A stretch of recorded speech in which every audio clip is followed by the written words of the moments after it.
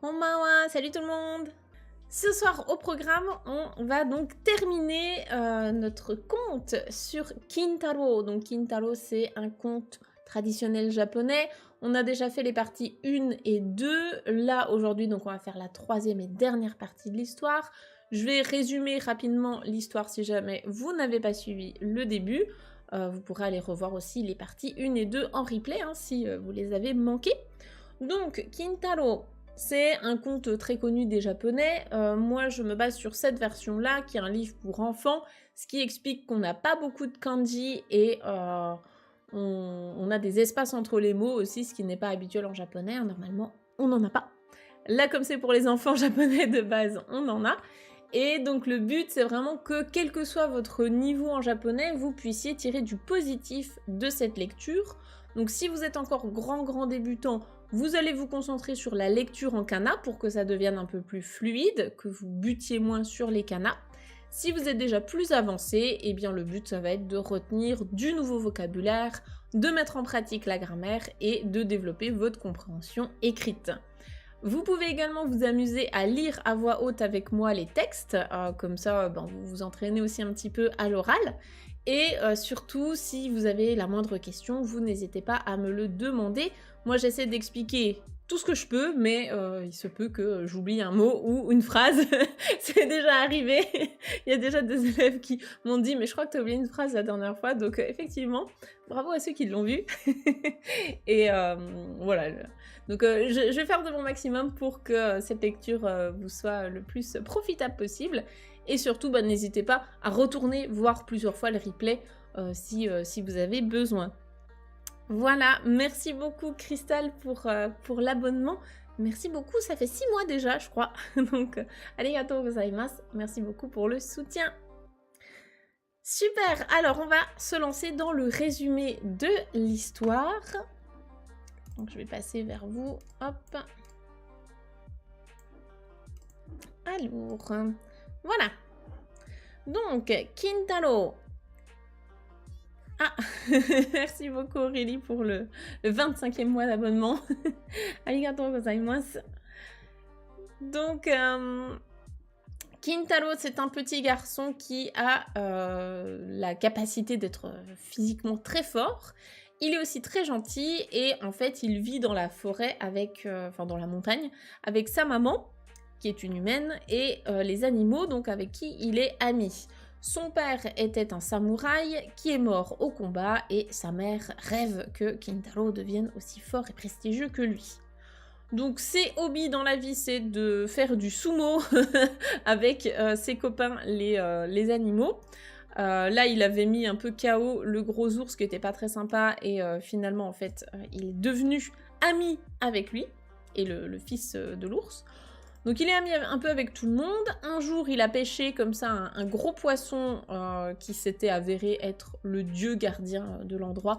Et finalement, après quelques maltraitances, il est aussi devenu ami avec ce gros poisson. On avait vu qu'ils avaient récolté ensemble de la nourriture pour faire un gros banquet, un gros festin. Et on s'était quitté sur un cliffhanger, littéralement, puisque, en fait, Kintaro et ses amis sont partis en expédition, un peu comme ça, et ils sont arrivés au bord d'une espèce de falaise, un ravin, avec une rivière très agitée en dessous, et le pont était cassé. Donc ils voulaient traverser, et c'est ce qu'on voit en bas à droite. En fait, Kintaro a commencé à pousser le gros tronc d'arbre avec ses mains, dans le but en fait d'en créer un pont, de refaire un pont. On s'était quitté là-dessus, donc à partir de là, ça va être nouveau. On va voir ensemble, donc page après page, la suite et fin de l'histoire. Voilà, il est gentil, donc c'est vrai que Kintaro, on nous a dit dans l'histoire qu'il était gentil, mais il a la fâcheuse tendance de réduire les animaux en esclavage. On appelle ça amitié, mais après chacun met sa limite où il veut. Salut Laurent Houtan. C'est un remake musclé de Noé, c'est à peu près ça en fait, exactement. Voilà, donc ce que je vous propose, c'est que vous preniez de quoi noter, comme ça, si jamais il y a des mots qui vous intéressent, vous pouvez les noter. Et prenez aussi de quoi boire parce que on va pas mal faire fonctionner notre cerveau. Donc ça consomme de l'eau. Voilà. Alors, si je me trompe pas, on s'était donc arrêté là. Alors oui, j'ai été obligée de mettre des petits cœurs hein, sur ses fesses parce que bah il a les petites fesses à l'air. Donc c'est pour ça qu'il y a des cœurs. Autant en rigoler. Alors, voilà la nouvelle page. Oh, bon, je pense que je vais rester là. Hein. Je suis pas trop mal. Je ne vous cache pas le texte. Tout est bon. On va pouvoir donc lire ensemble la suite. Alors, ça va être l'heure de réviser vos katakana puisque j'en aperçois quelques-uns. Allons-y. Essayez de lire avec moi cette première phrase. Yagate ki wa meki meki to oto o tatete taore dashi tuzun doshin plutôt c'est dur à dire doshin parce que là on a un petit tsu et là on a un allongement. Donc ça vous en doutez, hein, ce sont juste des bruits, hein, c'est des onomatopées de bruit. Donc on va voir ce que ça représente. Alors Yagate lui on croit très souvent, je crois qu'on l'avait vu il y a quelques pages. Est-ce que vous en rappelez de ce petit mot? Qu'est-ce qu'il veut dire? Yagate.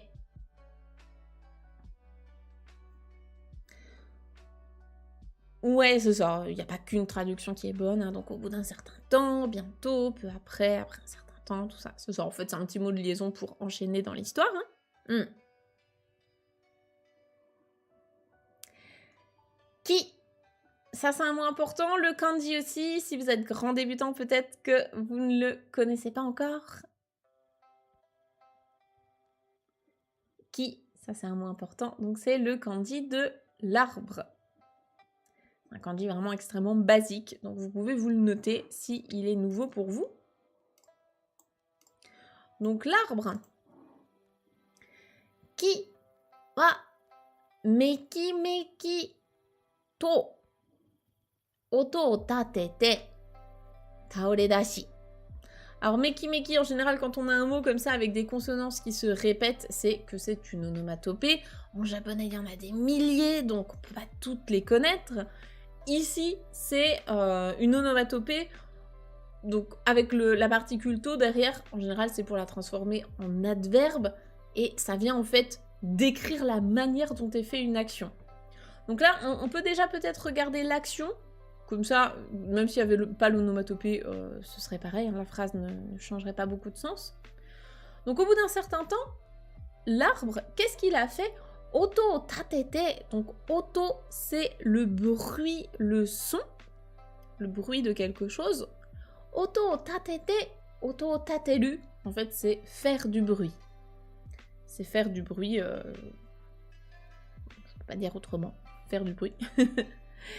Et taore dashi, ça vient de taoreru, qui veut dire s'effondrer, tomber, et donc taore dashi, c'est bah, du coup, au bout d'un certain moment, à force que Kintaro pousse dessus, eh bien, il est tombé, il s'est effondré. C'est ce qu'on voit au-dessus, là.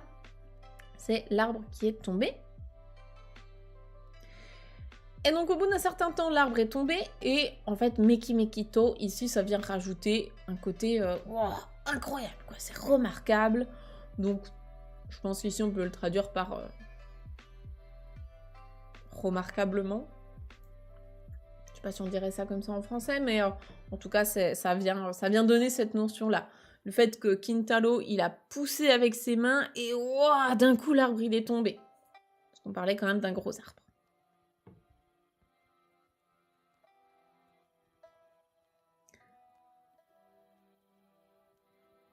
Je vois... Ah, il y avait une question... Alors, j'ai peut-être loupé dans le chat. Je vois la réponse, en fait. Par rapport, oui, au kanji de l'arbre et du livre. Hein, faites attention. Ici, c'est bien un arbre. Le livre, il a une barre en plus. Parce que c'est un arbre coupé. C'est le deuxième kanji du Japon.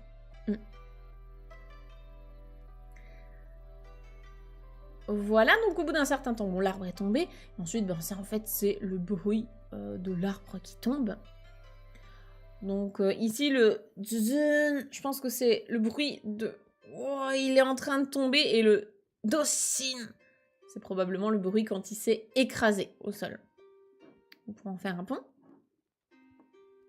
Ensuite, on nous dit ici, Tanigawa ni rippana hashi ga kakarimashita. Donc Tanigawa, on l'avait vu sur la page précédente, hein, on reconnaît la rivière. Tani, ici, c'est la vallée. Donc au-dessus de la rivière qui coule dans la vallée. Eh bien, Rippa, ça on l'a vu au tout début, je pense à la page 1 de ce conte, hein, quand on disait que son père c'était un Rippa na samurai. Rippa, c'est remarquable, magnifique, majestueux ou autre, grandiose. Qu'est-ce qui est qualifié de Rippa? Hashi. Hashi, à ne pas confondre avec les baguettes, ici on parle bien d'un pont. Hashi ga kakarimashita. En gros, ici, ça veut dire qu'il y a un pont qui s'est formé. Donc un pont, un grand pont, un pont incroyable, quoi. Grandiose, qui s'est formé donc au-dessus de la rivière dans la vallée, quoi. Et bienvenue à Dark Defender. Bienvenue à toi.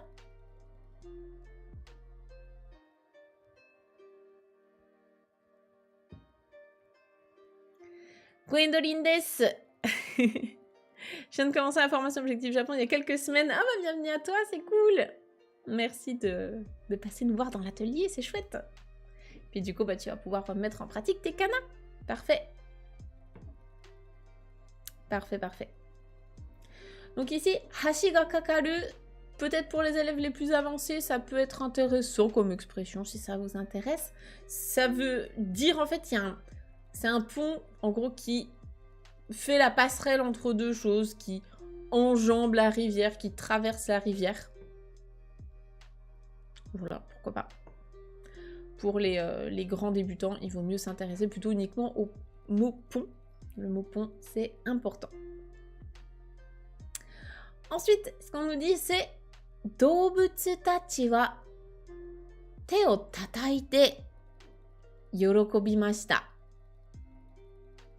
Alors ça, ce verbe-là, on le voit très très souvent dans les contes, hein, yorokobimashita. Donc je vous laisse peut-être essayer de retrouver ce que c'est. Oui, alors oui c'est ça, c'est le verbe kakaru. Kakaru qui a énormément d'usages différents. Salut Nakama. Coucou.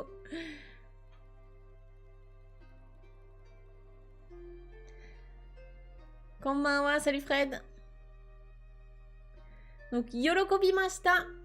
Qu'est-ce que c'est ce verbe yorokobimashita? On peut essayer de retrouver sa forme dictionnaire si vous connaissez déjà, si vous êtes un petit peu à l'aise pour jongler entre les formes en masse et les formes dictionnaires. Ouais, c'est être heureux dans le sens se réjouir. Yorokobimasu, c'est se réjouir, et donc sa forme dictionnaire, c'est yorokobu. Yorokobu, yorokobimasu. Ici, il est au passé, donc ils se sont réjouis. Qui est-ce qui s'est réjoui? Le thème de la phrase, c'est Doubutsu tachi. Doubutsu, ce sont les animaux. Tachi, c'est la marque du pluriel. On l'a déjà vu précédemment. Donc, les animaux au pluriel. Te. Te, c'est la main. Donc, ça, c'est un mot hyper important. Te o tataite. Qu'est-ce que ça veut dire? Est-ce que quelqu'un reconnaît ce verbe? Si vous pouvez me trouver la forme dictionnaire, c'est encore mieux. Comme ça, on révise tout. Tataku, ça veut dire frapper, c'est ça. Comme par exemple frapper, jouer du tambour ou jouer de la batterie. Hein. Ou frapper quelque chose, frapper à la porte ou quoi. Hein. Et donc à votre avis, Teo Tataku, frapper des mains, c'est voilà, c'est frapper dans leurs mains. C'est applaudir. Enfin, frapper dans leurs mains quoi. Donc, te o tataite yorokobimashita. Donc, en gros, les animaux, ils se sont réjouis en frappant dans leurs mains, ou bien ils ont frappé dans leurs mains et ils se sont réjouis. En gros, ils étaient contents. Ils étaient contents, puisque maintenant, ils avaient un pont pour traverser. Tokoro ga. その橋を渡っているとき、タヌキが足を滑らせてしまったのです。Non, Tanuki-san. Qu'est-ce qui s'est passé? Bon, l'image vous donne un gros indice, hein, mais qu'est-ce qui s'est passé? Qu'est-ce qu'on nous a raconté ici? Tokoroga. Tokoroga, ça c'est un petit mot de liaison qui peut être intéressant quand on a un récit comme ça. Tokoroga, est-ce que vous le connaissez, ce petit mot? Tokoroga.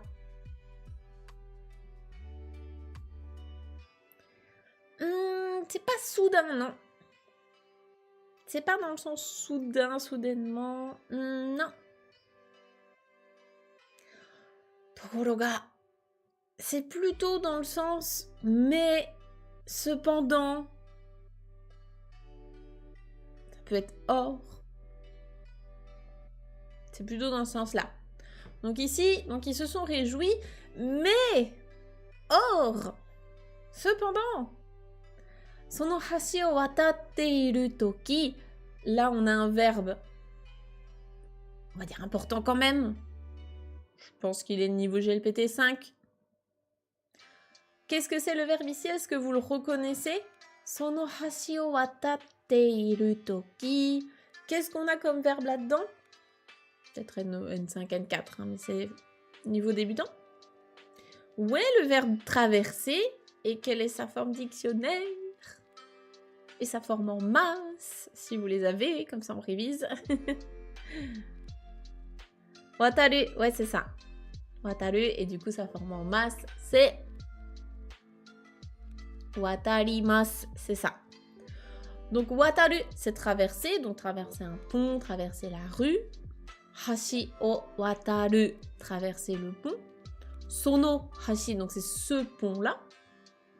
Et ici, il est à la forme en watatte iru toki. La forme en toki, on l'étudie dans Objectif Japon.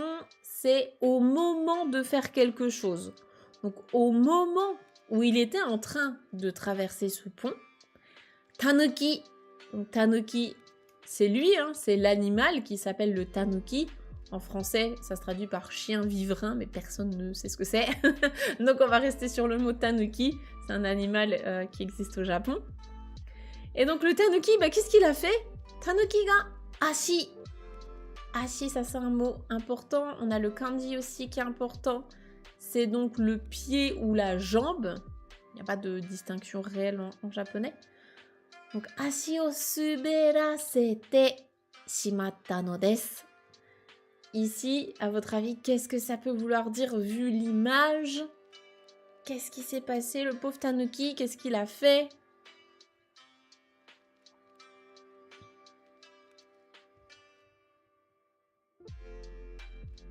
Il a glissé. Ses pieds ont glissé. C'est ça. Exactement. Donc, on a un verbe, le verbe glisser, dans le sens, par exemple, glisser sur de la glace, sur du verglas, c'est suberu.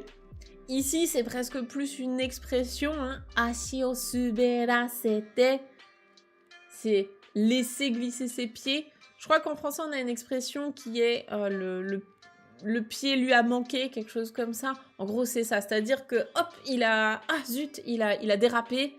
Et du coup, son pied ou sa jambe est parti en mode « Ouah !» Et donc là, il a basculé et effectivement, il est tombé. Et donc la forme ici, hein, c'est la forme en teshimatta qu'on voit beaucoup. C'est pour exprimer ici le regret. Ah zut, il est tombé. Et la forme en odes, donc elle est combinée à la forme en odes. C'est juste en fait pour expliquer quelque chose, insister un petit peu plus sur l'explication. Il a été poussé par Kintaro. Non. On n'est pas dans l'autre conte, là, le conte sur les squelettes dansants. Si vous l'avez pas vu, il est en replay sur YouTube. Vous pouvez aller voir. C'est vrai que la situation est un peu similaire, mais c'est pas la même. Non. Kintaro, il est sympa. Enfin, en tout cas, il est gentil avec ses amis. Donc là, le pied, son pied a glissé, quoi. Le pied lui a manqué. Et donc, le tanuki est tombé. Là, les paroles qu'on a ici, ben, c'est notre ami le tanuki. Alors, qu'est-ce qui se passe? Qu'est-ce qu'il nous dit? Il nous dit « Waouh, tasukete !» Donc là, c'est tout simplement « Waouh !» Pas de traduction, hein. Et « tasukete !» avec un allongement comme ça. Donc ça, on peut se permettre d'allonger les hiragana avec un trait comme ça, uniquement quand on retranscrit des paroles, quand on est vraiment comme ça en train de retranscrire ce qui se dit à l'oral. Normalement, hein, les hiragana, vous ne pouvez pas les allonger avec un trait. Ça se fait pas dans un japonais classique, on va dire. Donc ici, qu'est-ce qu'il dit? Tasukete! Tasukete, je pense que vous connaissez cette expression, vous l'avez peut-être déjà entendue dans un animé ou autre. Est-ce que vous la retrouvez? Est-ce que vous savez ce que c'est? Au secours! Help! Oui, c'est ça! Est-ce que vous savez de quel verbe ça vient? Est-ce que vous reconnaissez un verbe là-dedans? Parce que ça, c'est important aussi de ne pas confondre ce verbe-là avec le verbe tetsudau, tetsudaimasu. Donc là, c'est taskeru, taskeru, taskete, taskemasu, qui veut dire, voilà, secourir. C'est vraiment la différence entre secourir et aider. Taskeru, c'est secourir, donc venir au secours d'une vie, alors que tetsudau, tetsudaimasu, c'est aider quelqu'un dans le sens donner un coup de main. Ne confondez pas les deux. Si vous avez besoin d'aide pour porter votre valise, c'est pas tasukete, hein, là, votre vie n'est pas en danger. Donc faites attention à ne pas le confondre. Donc là, par contre, sa vie est en danger, donc il dit « Tasukete, aidez-moi, au secours, secourez-moi ». Et bien sûr, on le voit plonger ici, hein, « Kintaro wa tanuki o otte kawa ni tobikomimashita ». Donc encore une fois, on va essayer de retrouver c'est quoi le verbe de base qu'on a ici. Donc Kintaro wa, là c'est le thème de la phrase, tanuki o otte, est-ce que vous pouvez deviner c'était quoi le verbe de base? Même si vous ne le connaissez pas, c'est un super entraînement ça, hein. Quand vous voyez un verbe à la forme en T, vous essayez de deviner c'est quoi sa forme dictionnaire ou sa forme en masse. Voilà, essayez de jongler un petit peu avec les formes de verbes. Ça, c'est bien sûr valable si vous avez déjà étudié les formes de verbes. Hein. Si vous êtes en train d'apprendre les kanas, ça n'a aucun sens ce que je vous dis. Hein. C'est normal, ça va venir avec le temps. C'est normal. Alors ensuite, on aura bien effectivement le verbe tobikomu, donc ici ce sera plonger. Et le premier verbe, qu'est-ce que ça peut être? On a otte, donc avec un petit dessus. Si on a un petit dessus, c'est qu'il y a 3 possibilités pour sa forme dictionnaire ou forme en masse. C'est ceux que j'appelle les lichi. Li-i-chi. Donc ça peut être soit donc le li o ri mas, ça peut être soit le i o i mas, ou ça peut être le ti o ti mas. Ici, ah alors ça peut pas être oku parce que le ki se transforme en i, donc ce serait oite si c'était okimas. C'est les lichi, les lichi. Eh ben personne ne m'a donné la bonne réponse pour le moment. C'est probablement un verbe que vous ne connaissez pas. Donc là, je vous rappelle, le thème de la phrase, c'est Kintaro, et le COD, donc l'objet sur lequel on fait l'action, c'est le tanuki. Donc Kintaro, il a le tanuki. Qu'est-ce qu'il a fait? C'est le verbe o. Vous avez fait les deux autres, donc il en reste qu'un. Le verbe o. J'attends que quelqu'un l'ait. Vous allez la voir. Oui, oh, bien vu. C'est ça. C'est le verbe ou, oimas, qui veut dire donc. Est-ce que quelqu'un le connaît? Ou est-ce que quelqu'un a un dictionnaire? C'est bien aussi d'apprendre à chercher un petit peu dans les dicos. Je sais pas ce que vous avez comme. Il l'a poussé, mais non, il l'a pas poussé. Il l'a pas poussé. Non, non, qu'est-ce qu'il a fait? Il l'a... Oimas, qu'est-ce que ça veut dire? C'est poursuivre quelqu'un, suivre, voilà. Tasukete Disho, exactement. Disho-san. Tasukete.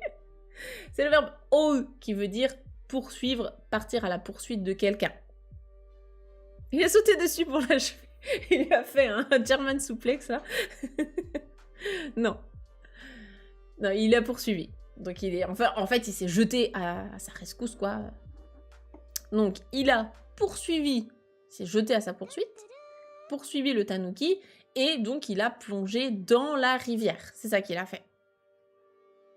Il va le tuer dans l'eau. Je crois que vous êtes partis sur une histoire parallèle, là. C'est pas la même fin que la mienne. Salut Pacino, bienvenue à toi. Merci pour le follow. On a le kanji tokana comme diko. Je pense qu'il n'y a pas mieux.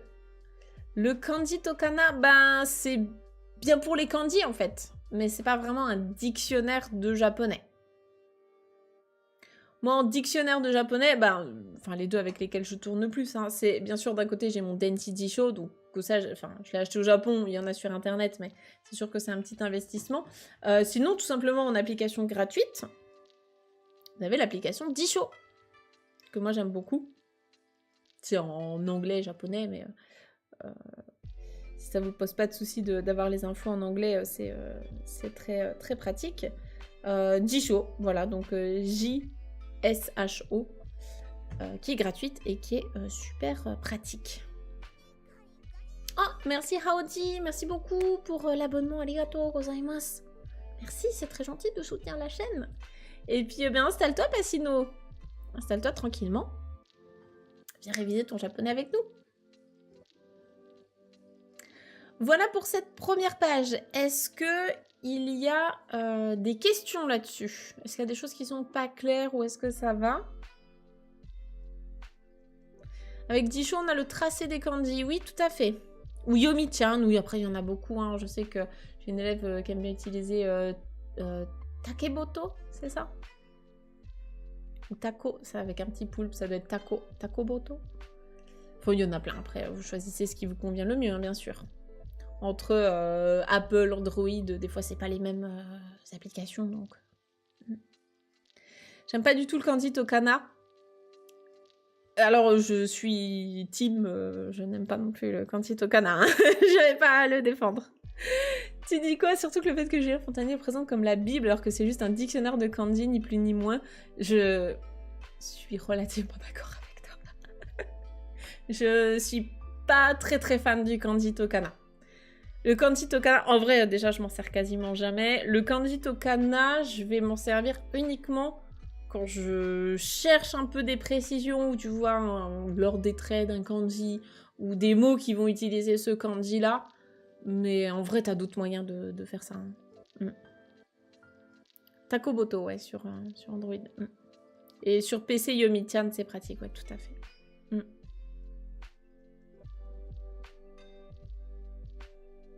Une question, est-ce que l'auteur serait ouvert à un léger changement de scénario pour rendre l'aventure plus palpitante? Tu peux réécrire l'histoire à ta sauce, hein, c'est du domaine public, hein, Kintaro. Tu peux totalement le réécrire à ta sauce. C'est comme le petit chaperon rouge ou autre, hein, c'est pareil.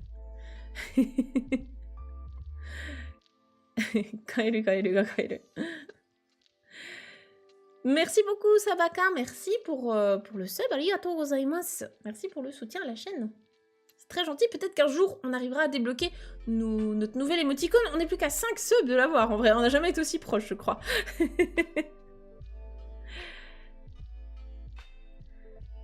Otsu oimasu. Le verbe ou, celui dont on vient de parler, là, le verbe ou, c'est oimasu. Parce que du coup, le petit tsu ici, tu imagines qu'il y avait un i de base, et du coup le mas derrière. Voilà. Ok, bah écoutez, s'il n'y a pas d'autres questions sur cette page, on passe à la suite. Je bois un petit coup et puis on y va.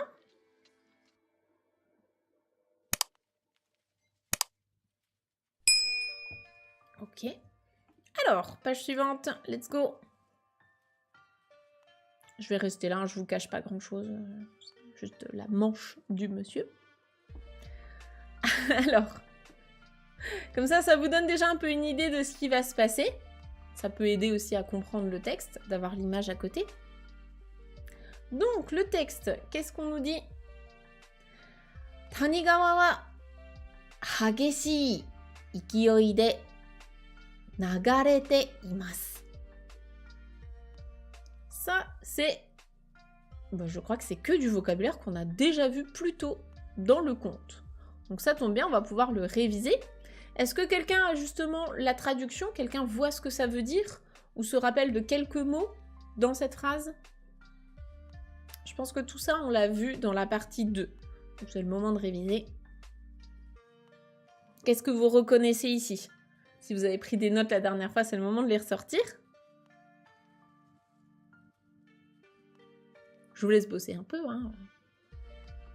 C'est chacun son tour.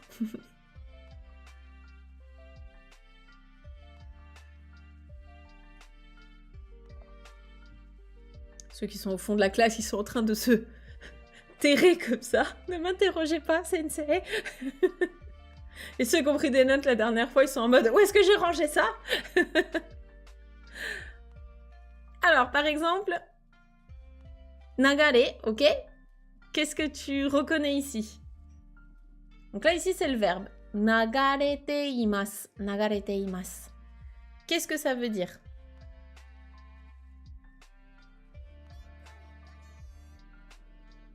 Merci beaucoup, Aurélien, pour le Prime. Arigatou gozaimasu. Merci du soutien. Plus que 4 subs et on aura notre nouvelle émoticône. Trop bien. C'est cool. Alors, nagare, c'est en lien avec quoi? En verbe? Ouais, nagare. Sophie Sensei va faire une interro en passant le dos au-dessus des noms du chat. Alors, qui vais-je interroger? Ouais, c'est... Voilà, ça vient en fait de nagare, le courant. Donc là, en gros, c'est s'écouler. Hein, donc le thème de la phrase, c'est toujours notre Tanigawa, donc la rivière. Donc elle s'écoule. Et elle s'écoule comment? De quelle manière? Hageshi. Ici, c'est un adjectif. On l'avait vu, hageshi. Qu'est-ce que ça veut dire? Hageshi. C'est quelque chose de violent. Vraiment avec violence. Hein. Donc, hageshi, c'est violent. Ouais, ou fort, intense, hein, mais voilà, c'est fort. Et donc, ikiyoi. Ikiyoi. Ikiyoi aussi, on l'a vu. Ikiyoi. On l'avait vu, je pense, ben, justement, quand on présente... c'était la dernière page avant le cliffhanger. Je pense que c'était quand on présentait la rivière. Donc, ikiyoi, si vous vous en rappelez, c'était la... Je vous le donne. Du coup, je ne vois pas apparaître dans le chat. C'est la vigueur, la force. Donc, hageshi ikiyoi de, donc avec une vigueur vraiment violente, hein, un gros courant. Donc, elle s'écoule très violemment. La force, ouais. Voilà, donc le courant est vraiment très violent. Sasuga no Kintaro mo tanuki o ude ni kakaeta mama dondon nagasarete ikimashita. Alors, Sasuga, on en a déjà parlé plusieurs fois de ce petit mot. Sasuga no Kintaro. Le fameux Sasuga. Ouais, c'est lui-même. Donc, le fameux Sasuga. Donc, Kintaro. En fait, Sasuga, ça montre l'idée qu'on se fait de quelque chose. Donc, Sasuga no Kintaro, on a vu dans le début de l'histoire qu'il est vraiment très fort. Donc, lui, même Kintaro, quoi. Notre fameux Kintaro, eh bien, tanuki o ude ni kakaeta mama. Donc, la forme en ta mama, c'est il a fait quelque chose. Et derrière, il y a ça qui se passe. Donc là, qu'est-ce qu'il a fait? Ude, c'est le bras. Ude ni kakaeta. C'est ce qu'on a ici sur l'image. Hein. C'est gros, il l'a pris dans ses bras, il l'a pris sous le bras, quoi. Il l'a embarqué. Salut Flo, konbanwa. Et donc, qu'est-ce qu'il a fait avec le petit tanuki sous le bras? Eh bien, dondon nagasarete ikimashita. Il a donc, à votre avis, qu'est-ce qu'il a pu faire? Dondon, je pense qu'on l'a déjà vu aussi.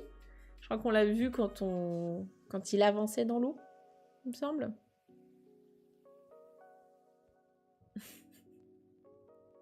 Il y a des références pas très récentes hein, dans le chat, mais je l'ai aussi.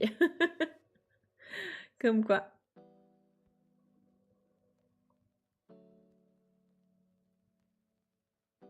Donc, qu'est-ce qui s'est passé? Eh bien, nagasareru. Alors ici, en fait, c'est le même... c'est un petit peu la même racine. Tout à l'heure, on avait nagareru, donc c'est s'écouler. Et là, nagasareru. Nagasarete ikimashita.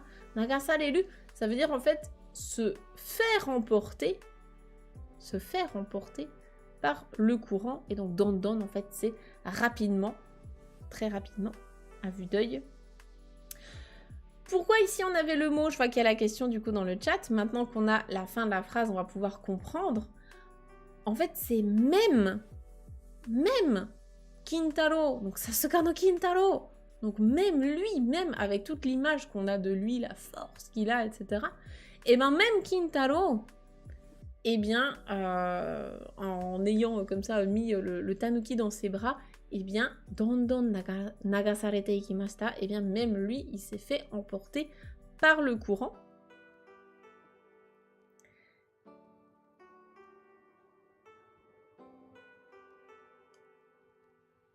Salut Joe Panda. Donc même lui s'est fait emporter. Sono toki, itsuka no oki na koi ga sugata o arawashi, Kintaro to tanuki o senaka ni sukui agete kureta no desu. Donc sono toki, à ce moment-là, itsuka no oki na koi, c'est le retour de la koi. Donc la koi, c'est la carpe, hein, la carpe koi. Itsuka no okina koi. Donc la grosse carpe koi. Itsuka. Itsuka, c'est un jour. Donc en gros, c'est de l'autre jour, quoi, qu'on avait vu plus tôt dans l'histoire. Donc à ce moment-là, la grande carpe koi qu'on avait vue un autre jour, quoi. Eh bien, qu'est-ce qu'elle a fait? Sugata o arawashi. Sugata o arawasu. Sugata, c'est la silhouette, l'image, la forme, tout ça.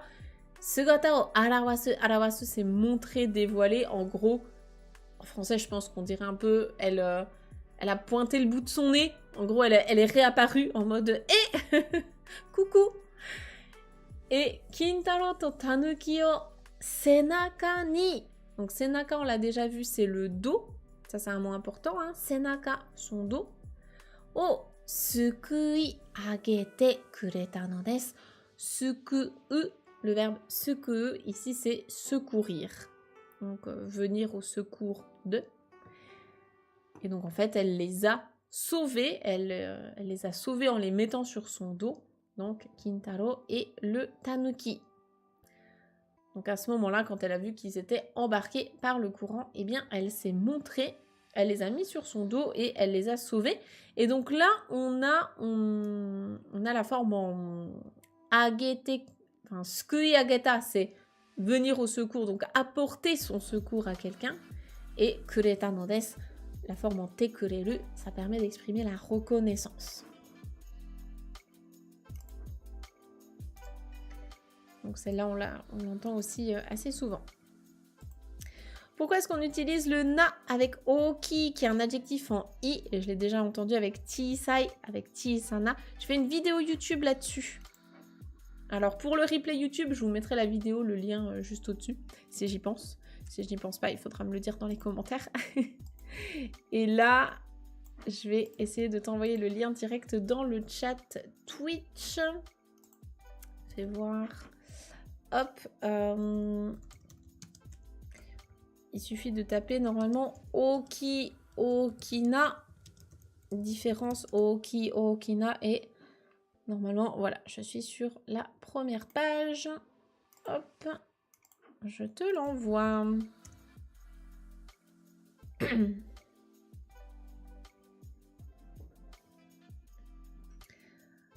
Voilà, normalement, tu as le lien dans le chat Twitch. Comme ça, tu pourras aller voir. Yes. Ok. Voilà, donc on en est là. Eh bien, il nous reste la dernière page, la dernière phrase de cette page, pardon. Sate, koremade no yousu o hitori no tabi no osamurai ga jitto mitsumete imashita. Sate. Alors, sate, c'est un petit mot comme ça pour enchaîner. C'est eh ben. Sate, alors, eh ben. Traduire comme ça. Koremade no yousu. Yousu, c'est la situation, l'apparence, enfin ce qui s'est passé en fait. Koremade, donc kore en fait ça fait référence ici à ce qui est le plus proche de nous. Koremade, donc jusque là, hein, littéralement, jusqu'ici, donc jusqu'à présent. Koremade no yousu, donc la situation, enfin ce qui s'est passé là, ce qui s'est déroulé jusqu'à présent. Hitori no tabi. Hitori no tabi no osamurai. Donc un samouraï. Tabi, c'est un voyage, un périple. Donc un samouraï comme ça qui était en périple, en voyage. Ga jitto mitsumete imashita. Le jitto, on l'a déjà croisé pas mal de fois. Mitsumeru, ça veut dire regarder fixement. Et jitto, ça veut aussi dire faire quelque chose fixement. Donc en gros, on a un samouraï qui est en voyage, comme ça, qui a regardé fixement tout ce qui vient de se passer là jusqu'à présent. Donc il a vu, donc c'est le monsieur qui est là sur l'image, il a vu tout ce qui s'est passé.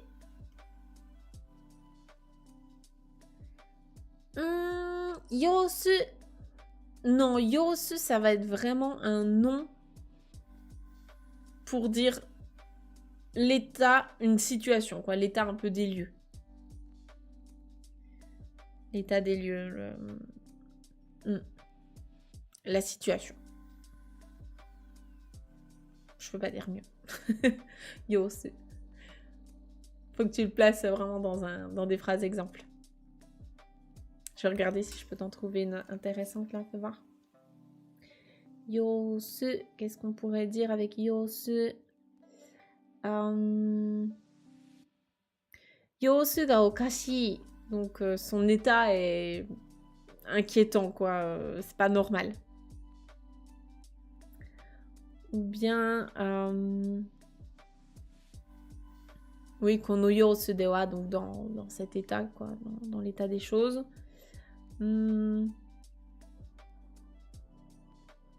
Machi no yosu wa sukkari kawatte shimatta. Donc la ville a tout à fait changé d'aspect. Là, on l'a traduit plutôt par aspect. Donc machi no yosu, hein, l'aspect d'une ville. Voilà, enfin, c'est vraiment l'état d'un truc, quoi, l'état des choses. Voilà. Est-ce qu'il y avait d'autres questions sur cette page ou est-ce que ça va? Donc bien sûr, hein, comme d'habitude, vous adaptez à votre niveau si ça vous paraît être, j'allais dire du chinois. C'est pas grave, on a tous débuté quelque part. Moi aussi, il y a quelques années. Mal d'années en avant. Enfin, quand j'ai commencé le japonais, j'aurais jamais compris un texte comme ça, c'est normal. Mais plus vous allez avancer en japonais, plus vous allez développer votre grammaire et votre vocabulaire, plus vous allez comprendre, c'est normal. Vous pourrez repasser d'ici quelques années pour voir justement si maintenant vous comprenez. Le ditto, quand tu fais ditto quelque chose, par exemple ditto miru, ça veut dire que tu regardes comme ça fixement. Ditto miru. Tu regardes fixement. Ici, c'est ditto mitsumeru Et mitsumeru, déjà en soi, ça veut dire regarder fixement. Donc là, c'est vraiment regarder fixement sans bouger, si tu veux. C'est un peu pour insister dessus. Donc ditto, il va avec un verbe derrière. Donc faire quelque chose comme ça, fixement. Ça peut être aussi ditto matsu, comme ça, attendre fixement sans bouger. C'est fixement sans bouger, si tu veux.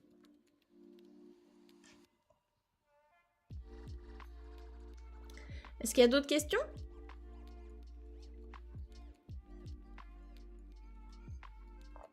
Daijoubu? Est-ce que ça va?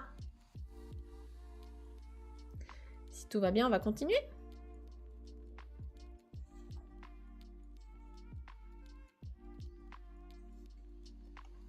Bon, bah j'avance, on dirait ainsi. Jamais il y avait quelque chose.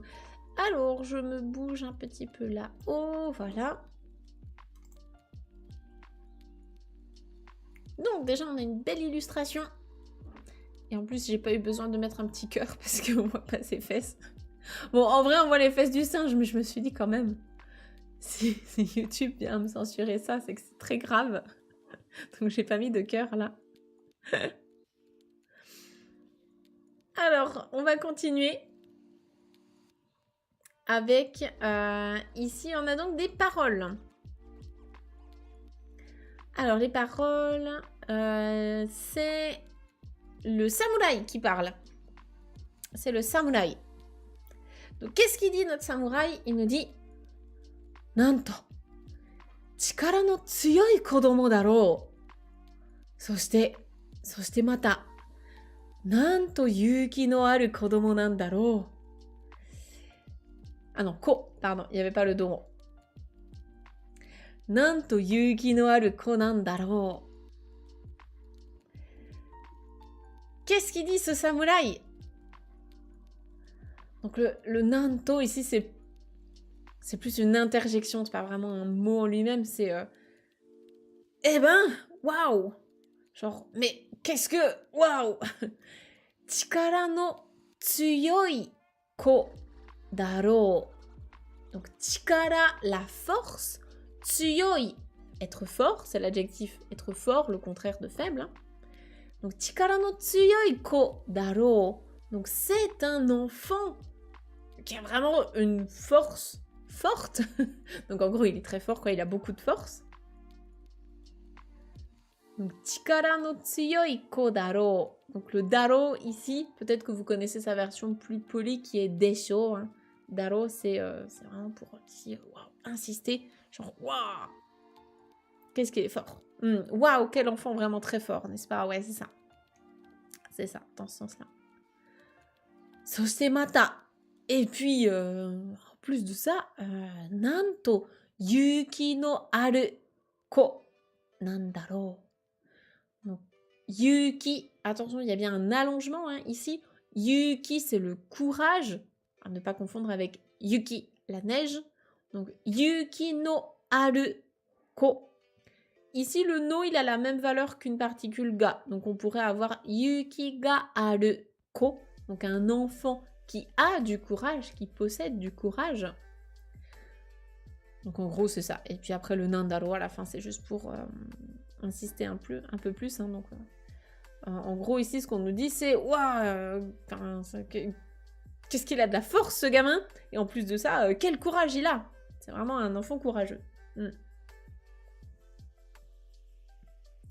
C'est ça. O samurai wa sukkari kanchin shite shimaimashita.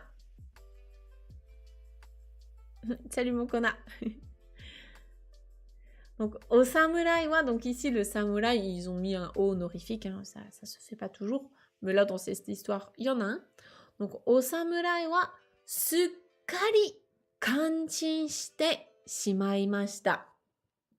Donc, sukkari, c'est complètement, totalement faire quelque chose, et kanchin shite, c'est kanchin suru. Donc, kanchin, c'est l'admiration, kanchin suru, c'est donc être en admiration, hein, admirer quelqu'un. Et donc, il était en totale admiration, hein, le samouraï était en totale admiration. Ici, la forme en te shimaimashita, c'est plutôt dans le sens faire totalement quelque chose. Donc le samouraï était en totale admiration devant lui. Genki yoku minna no tokoro ni modotte ita Kintaro ni o samurai wa koe o kakemashita.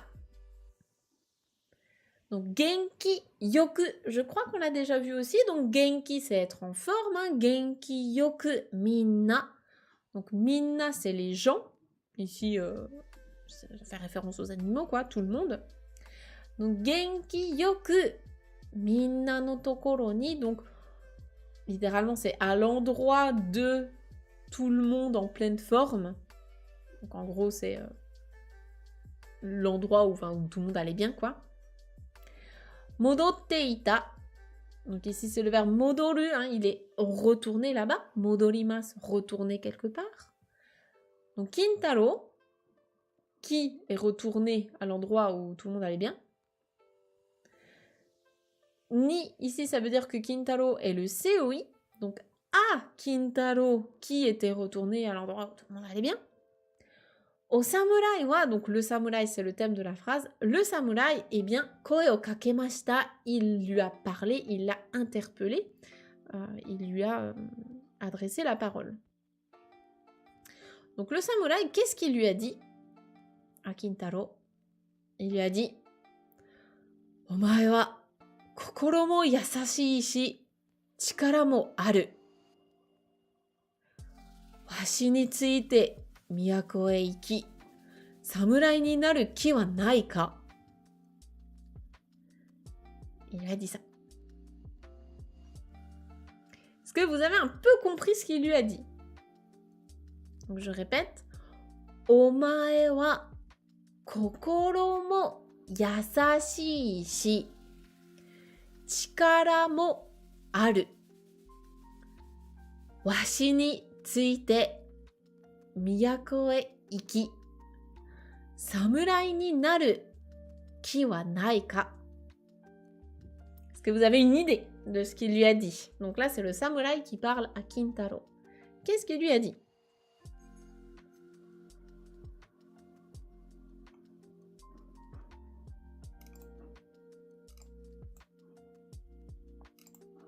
Je vous laisse un petit peu réfléchir, essayer de reconnaître des mots au moins.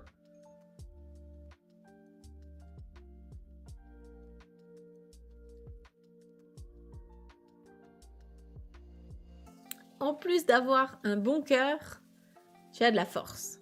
Oui, exactement. Donc ça, c'est la première phrase. Donc, omae, omae, c'est une des manières de dire tu en japonais. C'est pas du tout la plus polie. C'est un tu qui nous place en tant que locuteur de manière plus élevée que la personne à qui on parle. Donc, dans la vie de tous les jours, je vous déconseille fortement de l'utiliser. Mais là, dans une histoire, en plus, le samouraï, du coup, s'adresse à un enfant, donc c'est assez ok. Donc, omae, donc toi, tu. Omae wa kokoro mo yasashii. Donc, kokoro, c'est le cœur, dans le sens, le cœur spirituel, hein, l'âme. Donc, kokoro mo yasashii, donc doux, tendre, gentil. Donc, en gros, tu as le cœur bon, le cœur doux, le cœur tendre.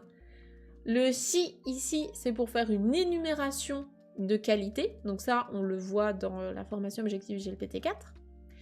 Et chikara mo aru, et tu as également de la force. Washi ni tsuite Miyako e iki, viens avec moi à la capitale, exactement. Donc washi, washi c'est une ancienne manière de dire watashi, donc ici c'est je, donc washi ni tsuite, donc me suivre. Donc, suis-moi et Miyako e iki. Miyako, c'est la capitale. C'est pareil, c'est une ancienne version de dire capitale.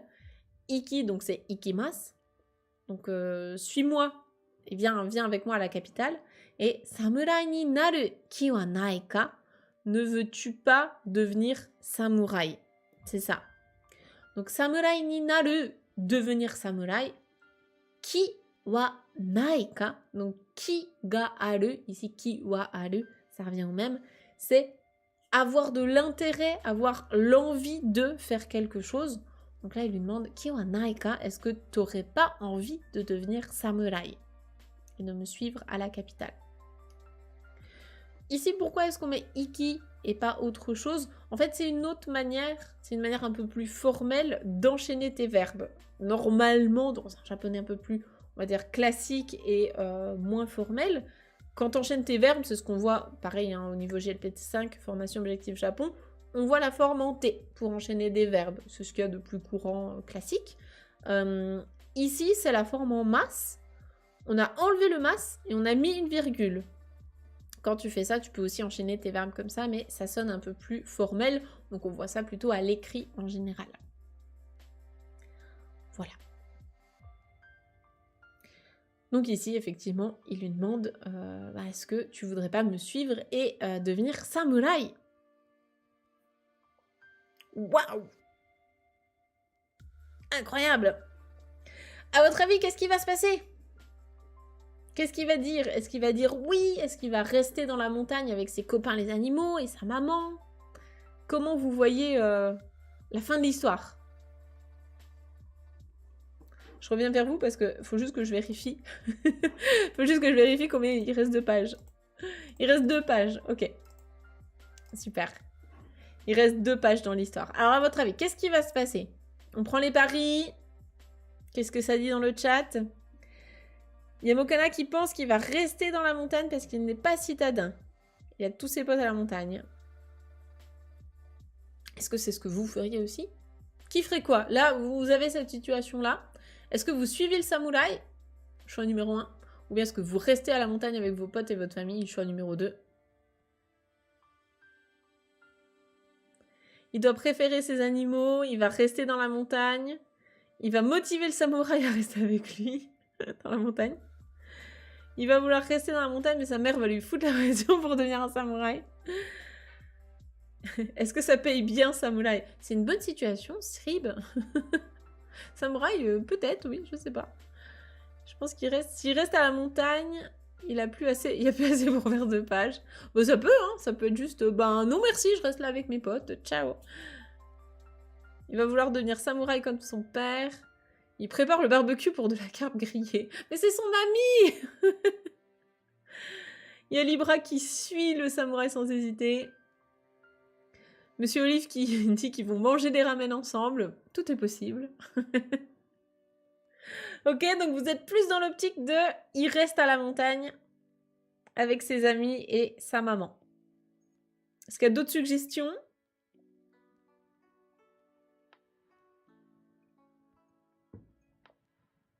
Avant que je passe à la suite.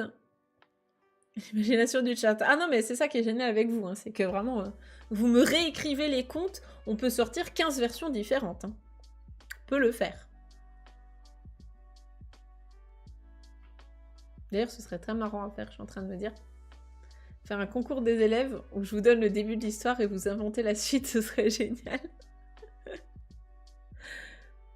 Il va récupérer le samouraï et le faire bosser dans la forêt avec l'ours. Il lui fait une prise de sumo, il le retourne comme ça et il lui dit maintenant tu bosses. Ce serait énorme. En ville, il va commettre des impairs. Ah bah c'est sûr que s'il arrive avec juste son petit bavoir et ses faits salaires, c'est peut-être pas très citadin comme dégaine. Un cadavre exquis en japonais. Mais j'avais essayé d'en faire un il y a longtemps, hein, quand je donnais mes premiers cours de japonais. Donc, j'avais pas encore le site, tout ça. Ça marche dans une certaine mesure. Il faut quand même guider un peu. Mais oui, c'est rigolo. Il dompte le samouraï comme les autres animaux. Bah écoute, on va découvrir ça tout de suite. Je propose de voir l'avant-dernière page. Et l'avant-dernière page, c'est... celle-ci! Ah! Il n'y avait pas grand monde qui avait raison! Je crois qu'il n'y avait que Natel. Hein,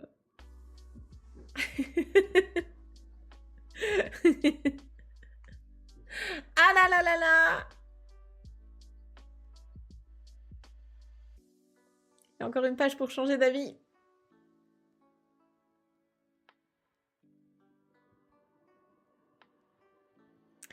Yes.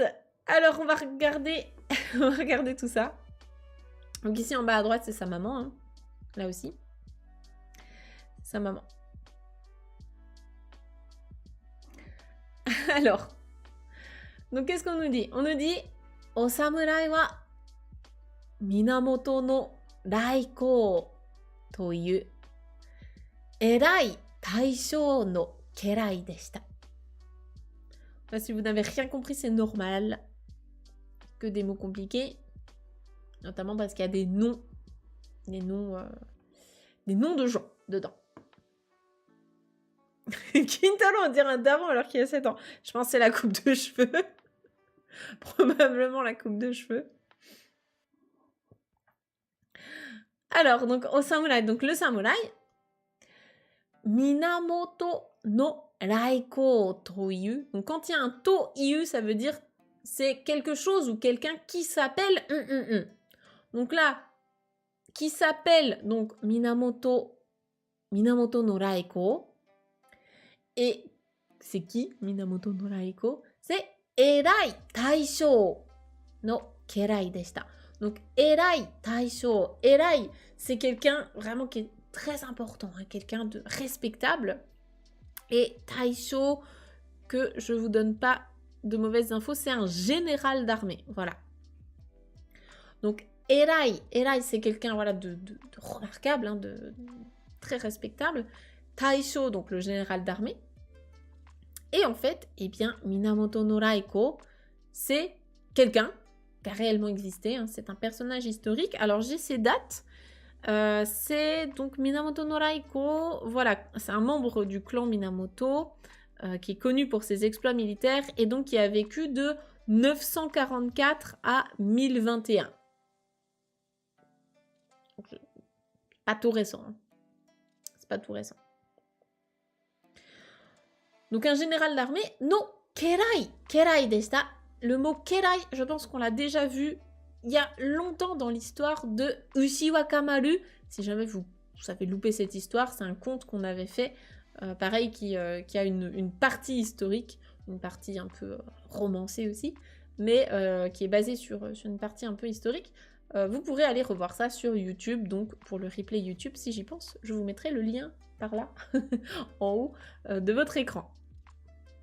Donc kerai, qu'est-ce que c'est? Kerai, c'est un vassal. Donc ici, en fait, le samouraï, ce monsieur-là, c'est le vassal d'un grand chef d'armée qui s'appelait donc Minamoto no Raiko. Kintaro ga o samurai wo ie ni tsurete kaeru to, okaasan wa totemo yorokonde kuremashita. Tu m'étonnes. Vu les ambitions qu'elle avait pour son fils, c'est normal.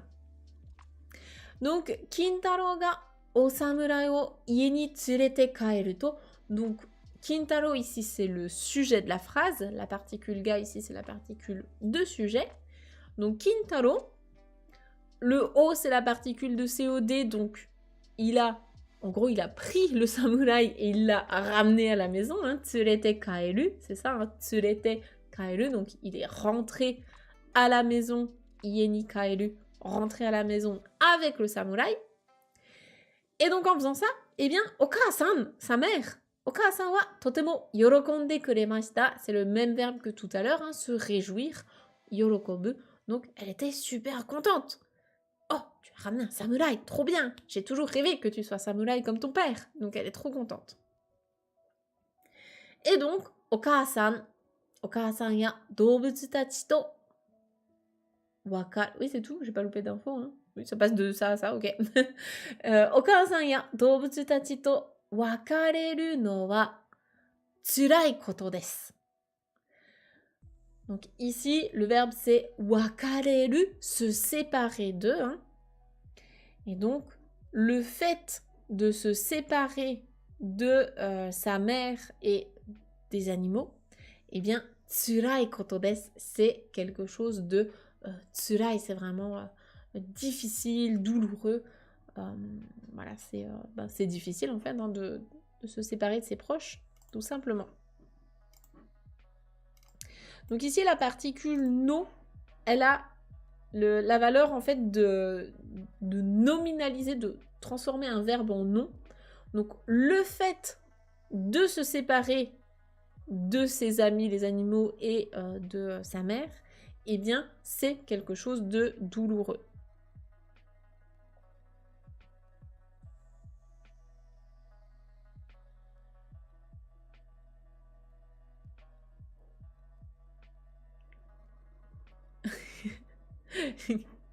Oui, c'est vrai qu'il a le nez rouge, mais peut-être qu'il a pris un coup de soleil, je sais pas. Il n'est pas forcément bourré. Je pense pas. Voilà, donc effectivement, c'est quelque chose de douloureux.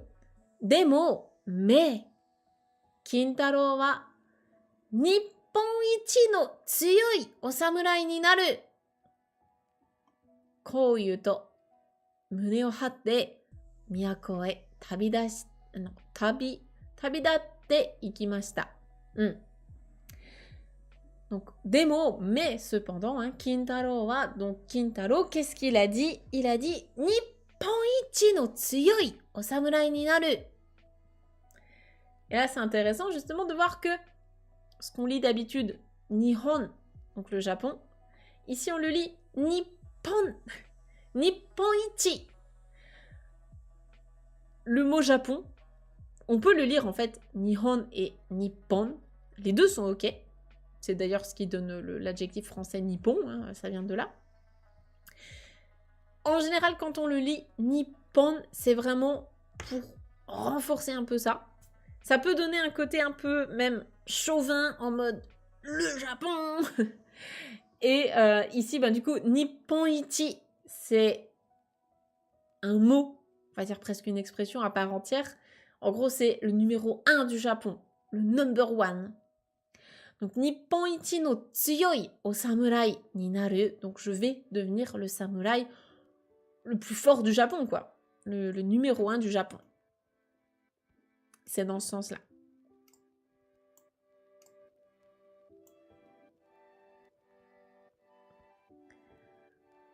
Crocodile no Namida. Nani. D'accord, le côté crève-cœur, là, où du coup, tout le monde pleure. Vous me faites bugger.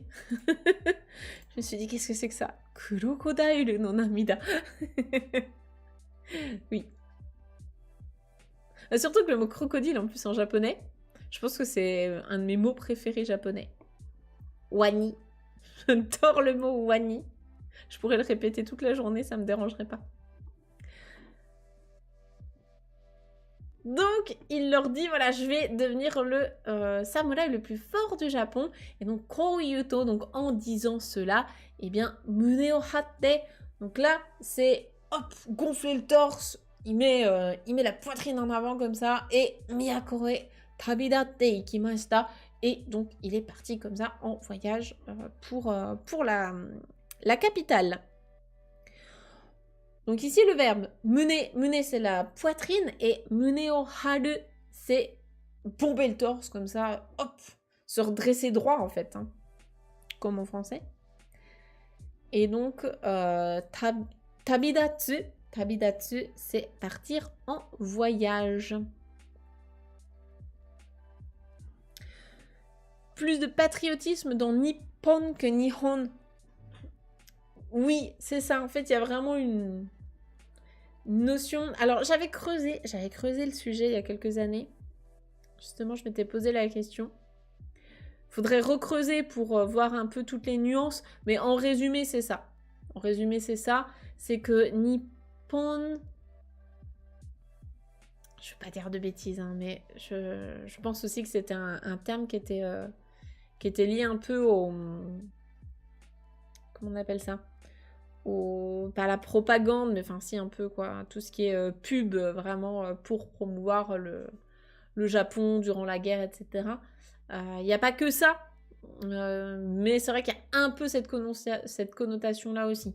De Nippon, du coup, ça sonne un peu plus patriote, quoi. C'est pas forcément mal, hein, mais C'est là en tout cas, dans cette expression-là, c'est vraiment une expression où tu vas dire Nippon Ichi, c'est le numéro 1 du Japon. Mais en tout cas, oui, c'est de là que vient l'adjectif Nippon qui est arrivé en français chez nous.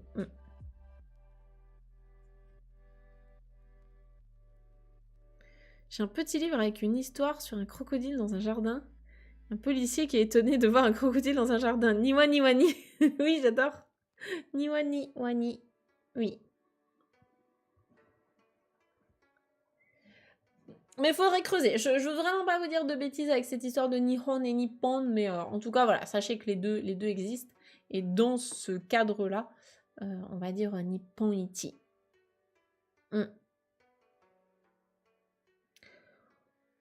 Voilà pour cette avant-dernière page. Est-ce que le reste est clair avant qu'on passe à la suite et fin, dernière page?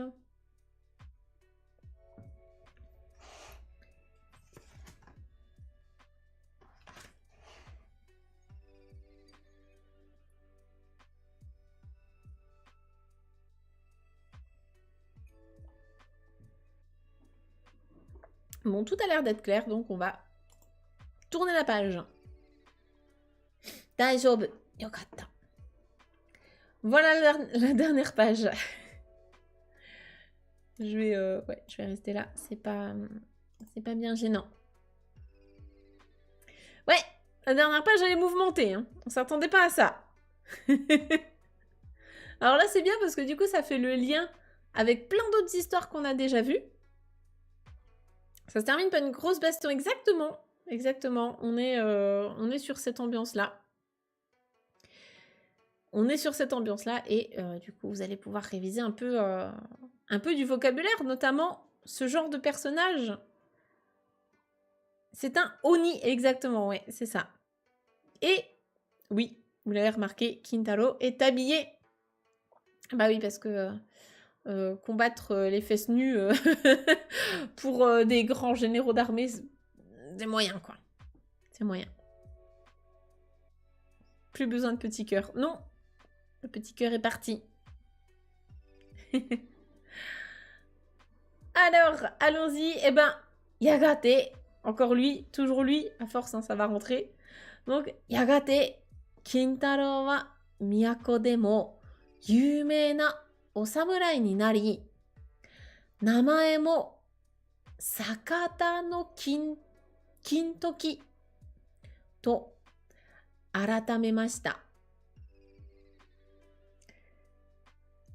Donc, ouais, au bout d'un certain temps, hein, au bout d'un certain moment, eh bien, Kintaro, donc, Miyako de mo yumei na o samurai ni nari. Donc là, c'est ce qu'on a vu tout à l'heure, hein, c'est le verbe narimas, naru. Donc, il est devenu un samouraï yumei, donc célèbre, hein, connu, dans la capitale. Et ailleurs, le petit mot ici, ça traduit dans la capitale et ailleurs aussi. En gros, c'est devenu un samouraï célèbre.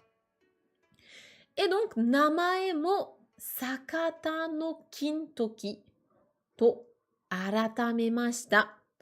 Donc là, c'est pareil, c'est très classique hein, chez les personnages historiques japonais. Alors là, Kintaro, c'est inventé, mais c'est pour ça que c'est j'allais dire un gros bordel, oui, c'est un peu galère d'étudier vraiment, de s'y connaître bien en histoire du Japon, parce que tous les personnages historiques importants, les samouraïs, etc., les empereurs et tout, ils changent de nom au cours de leur vie. Donc c'est le même personnage, mais il a plusieurs noms différents, donc c'est vraiment galère de s'y retrouver. Et donc là, c'est ce qui s'est passé. Donc aratameru, c'est changer, modifier, et Kintaro, en fait, il a changé de nom pour Sakata no Kintoki. C'est son nouveau nom. Donc, Namae, hein, son nom, il a changé, il a modifié son nom pour devenir Sakata no Kintoki. Soshite, et ensuite, et puis, Minamoto no Raikou no yumei na 4人 no kerai no 1人 ni narimashita. Donc là, c'est le gars de tout à l'heure, hein, le général d'armée. Minamoto no Raikou, c'est toujours lui. Donc, et puis, Là, il faut partir de la fin. Donc, narimashita, il est devenu. Hitori ni narimashita, donc il est devenu une personne. Et ensuite, Minamoto no Raiko no yumei na 4 no kerai no hitori. Donc les mots en eux-mêmes sont pas compliqués, on les a tous vus. Donc si on récapitule, il est devenu l'une des personnes des vassaux, donc des 4 vassaux en fait, hein, Yonin no Kerai, donc les 4 vassaux, les célèbres 4 vassaux de Minamoto no Raiko.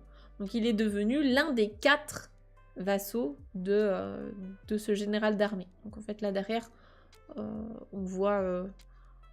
Oh bah non, on n'en voit que 2. Mais ils sont 4. Il est devenu l'un des 4, quoi. Les 4 mousquetaires, c'est un peu ça. Il est habillé en Demon Slayer. Bah littéralement, ouais, littéralement. Et donc, on conclut par cette phrase, qui est un petit peu longue, où on nous dit « Oeyama ni sumu shuten dojin to iu ». Donc là, c'est pareil, c'est des noms. Shuten doji to iu oni.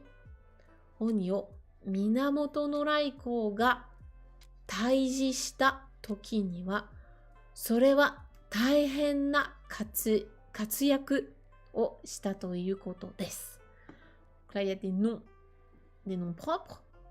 Donc le premier nom propre, c'est Oeyama. Donc ça, c'est le mont Oe. Alors, je me suis noté, le mont Oe, il est au nord-ouest de Kyoto et à l'est de Toyooka. Donc, c'est pas très loin de là où j'étais l'année dernière pour aller voir une amie. Donc, c'est au nord de Kyoto. Mais j'ai vu apparemment que dans cette histoire, on pense peut-être que finalement, c'est au sud de Kyoto. J'ai vu qu'il y avait un peu 2 histoires là-dessus sur...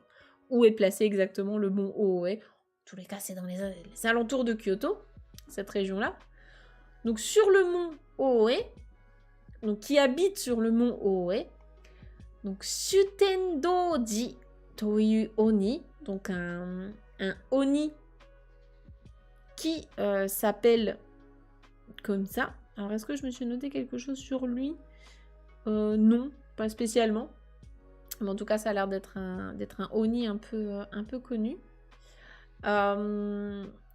Donc un Oni qui s'appelle comme ça, donc qui habite sur le mont Oe, eh bien, Minamoto no Raiko ga taiji shita toki, donc lorsque le général d'armée, là, Minamoto no Raiko, lorsque lui, il a combattu, il a terrassé ce Oni, donc taiji suru, c'est combattre, terrasser, exterminer, hein, un Oni. Eh bien, lorsqu'il a fait ça, eh bien, それは大変な活躍をしたということです。Eh bien, en fait, Kintaro, il lui a prêté, a priori, je pense qu'il a dû lui prêter main forte, vu qu'il faisait partie de ces 4 vassaux.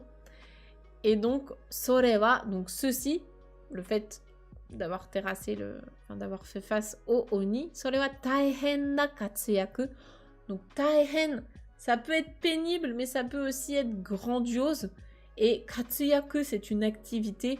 Donc, en gros, Kintaro dit qu'il a joué, je pense, un grand rôle dans cette histoire de terrasser ce Oni. Salut Tilk, j'arrive en cours de route, mais heureux que tu aies récupéré ta voix. Oui, ça va beaucoup mieux que la semaine dernière.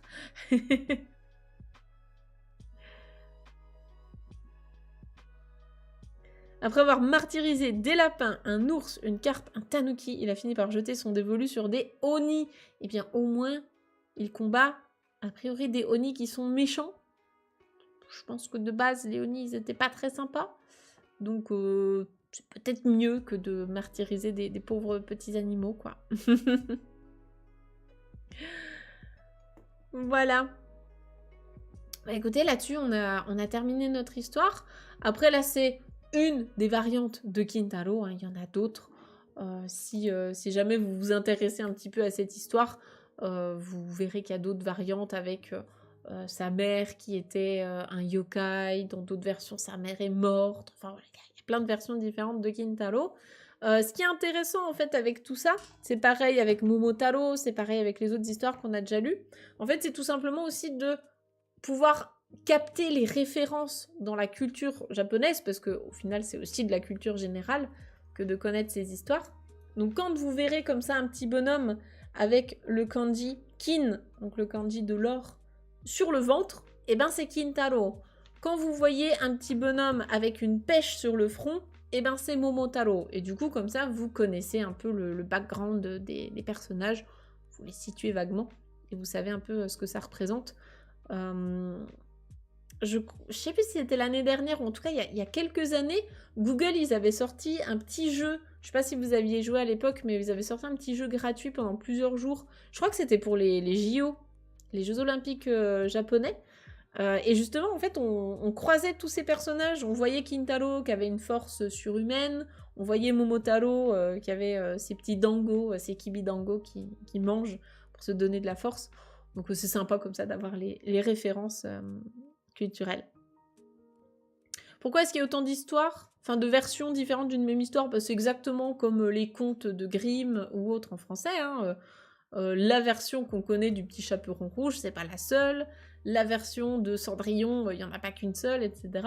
En fait, comme c'est des histoires qui ont été données à l'oral, enfin transmises à l'oral pendant des siècles et des siècles, du coup ça se déforme.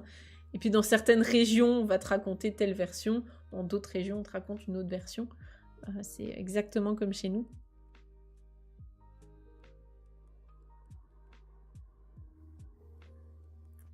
Otsukare-sama deshita. Oui, otsukare-sama desu. Bravo à vous, en tout cas, d'être arrivé jusqu'ici. N'hésitez pas à regarder à nouveau les replays, faites pause, prenez des notes, revenez plus tard, etc. C'est vraiment pour vous, à votre rythme, sans pression. Ce qui compte, c'est de s'immerger le plus possible en japonais. Donc faire de la lecture, c'est pas toujours facile, mais c'est bien déjà de faire l'effort d'en faire. Même si on comprend pas tout, c'est pas grave. Le fait de s'exposer à la langue, c'est déjà très très bénéfique pour votre apprentissage. Et puis bah, surtout, j'espère que ça vous a plu. Le fait de prendre du plaisir dans son apprentissage, c'est le plus important. Voilà pour aujourd'hui. Bravo à vous en tout cas.